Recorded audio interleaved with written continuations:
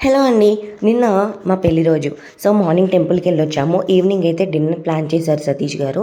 ఇంకా ఎక్కడికి వచ్చాము అంటే ఇషితా రెస్టారెంట్‌కి వచ్చామండి. లాస్ట్ టైం ఇక్కడ ఫుడ్ చాలా బాగుందని చెప్పాను కదా! సో, ఈసారి నేనైతే ఇక్కడికి వెళ్దామని పట్టుపట్టాను. మా సతీష్ గారు ఏంటంటే వేరే రెస్టారెంట్‌కి వెళ్దామన్నారు. కానీ ఇప్పుడు వీక్ డేస్ కదా!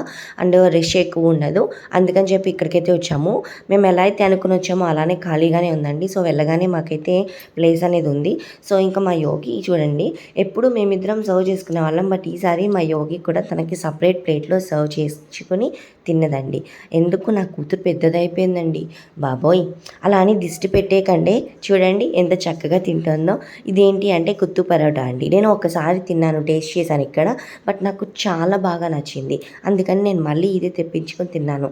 మా సతీష్ గారేమో ప్లేస్ నచ్చితే మళ్ళీ సేమ్ వెళ్దామంటారు. నాకు తినే ఫుడ్ నచ్చితే ఆ ప్లేస్‌నే సజెస్ట్ చేస్తానండి. సో, అందుకని చెప్పి ఇక్కడికైతే వచ్చాము. మా యోగి అయితే చక్కగా టేస్ట్ చేసేసింది. అండ్ ఇంకొకటి స్పినాచ్ కార్న్ సూప్ పెట్టారు. ఇదైతే మాకు నచ్చలేదు. ఎందుకు అంటే మనకి మంచి ఫుడ్స్ నచ్చవు కదా! మాకు అట్లనే అయ్యిందండి. చిన్నప్పుడేమో ఆకుకూరలన్నీ తినమంటే తినము.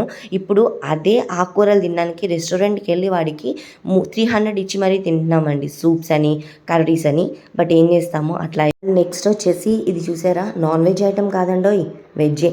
పనసపొట్టు బిర్యానీ అట. సో, నాకైతే ఇది అస్సలు నచ్చలేదండి. ఇక్కడ మా యోగికి అయితే ఫోన్ ఇచ్చి కూర్చోబెట్టేసాము. మంచిగా ఆడుకుంది. కడుపు నిండా పనసపొట్టు తినాలి అంటే కూర కానీ బిర్యానీ కానీ అది మన గోదావరి వాళ్ళే చేయాలండి. నిజమే కదా? అవునా కదా చెప్పేయండి.